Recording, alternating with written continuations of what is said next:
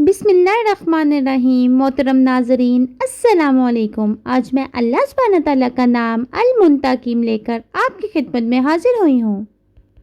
المنتقم، نامنظور کرنے والا، بدلہ لینے والا، انتقام لینے والا۔ اللہ سبحانہ تعالیٰ المنتقم ہے جو اپنے دشمنوں پر غالب آتا ہے اور انہیں ان کے گناہوں کی سزا دیتا ہے۔ اللہ سب سے زیادہ صبر کرنے والا ہے، لیکن وہ وقت آئے گا جب انصاف ملنا چاہیے۔ اللہ سبحانہ تعالیٰ نے جن چیزوں سے منع فرمایا ہے ان سے بچو، کیونکہ وہ اپنی سزا کے ساتھ جلدی اور انصاف کرنے والا ہے اور زیادتی کو بے حساب نہیں ہونے دیتا۔ حضرت نوح علیہ السلام کا قصہ اس نام کی بہت مثالی ہے۔ حضرت نوح علیہ السلام نے 950 سال تک کس طرح تبلیغ کی۔ سورۃ عنکبوت آیت نمبر 14 میں اللہ تعالیٰ فرماتے ہیں، اور یقیناً ہم نے نوح کو ان کی قوم کی طرف بھیجا اور وہ ان کے درمیان 1000 سال منفی 50 سال رہے اور انہیں سیلاب نے آ پکڑا جبکہ وہ ظالم تھے۔ قرآن نے یہاں تک کہ نوح علیہ السلام کو موت کی ممکنہ دھمکیوں کا تذکرہ بھی کیا ہے۔ انہوں نے کہا، اے نوح، اگر تم باز نہ آئے تو تم ضرور سنسار کرنے والوں میں سے ہو جاؤ گے۔ اور یہ بھی کہ ان سے پہلے نوح کی قوم نے بھی جھٹلایا، انہوں نے ہمارے بندے کو جھٹلایا اور کہا کہ دیوانہ ہے اور وہ دفع کر دیا گیا۔ اس سب کے باوجود صدیوں تک لوگوں کو اسلام قبول کرنے کی دعوت دیتے رہے، لیکن ان کے کانوں پر جوں تک نہ رینگی، اور اس ظلم کو صبر سے برداشت کرنے کے بعد نوح علیہ السلام نے اس دعا کے ساتھ اپنے رب سے فریاد کی، اے میرے رب، مجھے اور میرے ماں باپ کو، میرے گھر میں حالت ایمان میں داخل ہونے والے کو اور سب مسلمان مردوں اور سب مسلمان عورتوں کو بخش دے اور کافروں کی تباہی میں اضافہ فرما دے۔ سورۃ القمر آیت نمبر 11 میں اللہ تعالیٰ فرماتے ہیں، پھر ہم نے بارش کے ساتھ آسمان کے دروازے کھول دیے۔ فرعون کے بارے میں بھی یہی بات بیان کی گئی ہے کہ پس ہم نے ان سے بدلہ لیا اور انہیں سمندر میں غرق کر دیا، کیونکہ انہوں نے ہماری آیات کو جھٹلایا اور ہم سے غافل تھے۔ ہر مثال میں آپ دیکھیں گے کہ اللہ کا عذاب بے سبب نہیں ہوتا، وہ بار بار اپنی رحمت کے نشانات دیتا ہے اور مجرم کو اس کی طرف لوٹنے کی اجازت دیتا ہے۔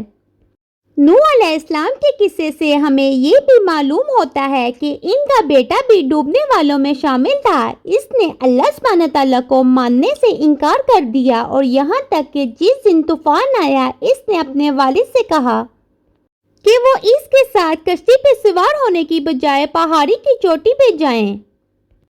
سورۃ ہود آیت نمبر 34۔ لیکن اس نے کہا، میں پانی سے بچنے کے لیے پہاڑ پہ پناہ لوں گا۔ نوح نے کہا کہ آج اللہ کے حکم سے کوئی بچنے والا نہیں سوائے اس کے جس پہ وہ رحم کرے، اور موجیں ان کے درمیان آ گئیں اور وہ ڈوبنے والوں میں سے تھا۔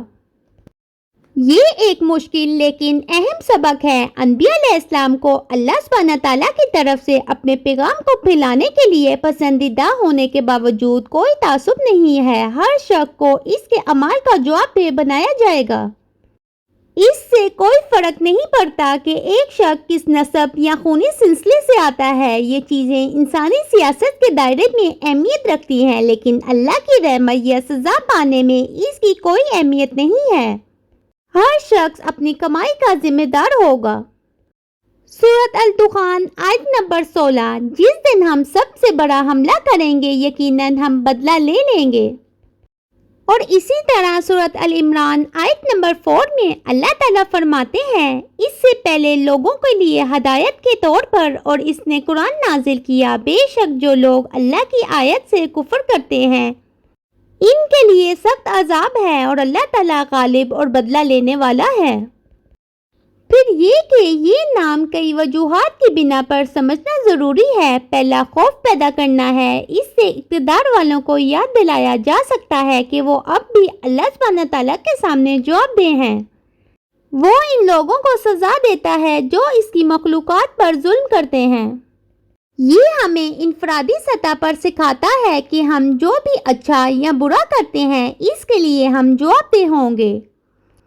یہ بدسلوکی کے شکار افراد کو یقین دہانی اور امن فراہم کرتا ہے کہ ان کے مجرم کو سب سے زیادہ انصاف پسند ججوں کا سامنا کرنا پڑے گا۔ وہ مکمل علم رکھتا ہے اور ہر صورتحال سے نمٹنے کے لیے مناسب کارروائی جانتا ہے۔ امام غزالی اپنی کتاب میں لکھتے ہیں کہ سب سے بہتر انتقام اللہ کے دشمنوں سے ہے، لیکن تمام دشمنوں میں سب سے بڑا انتقام نفس کا ہے۔ جیسا کہ ابو یزید کے بارے میں منقول ہے کہ اللہ تعالیٰ نے فرمایا، میری روح ایک رات اس قدر سست تھی کہ مجھے لطائف سے روکے، اس لیے میں نے اسے 1 سال تک پانی سے محروم کر کے سزا دی۔ لہٰذا ان معاملات میں اپنے آپ سے انتقام لیں۔ جہاں کوئی مایوس ہو، عبادات میں، دینے میں، احسان کرنے میں، غصے کو دبانے میں، زبان کو قابو رکھنے میں ہر شخص کی اپنی جدوجہد ہوتی ہے، اور اس راہ میں انہیں انتقام کا راستہ اختیار کرنا چاہیے۔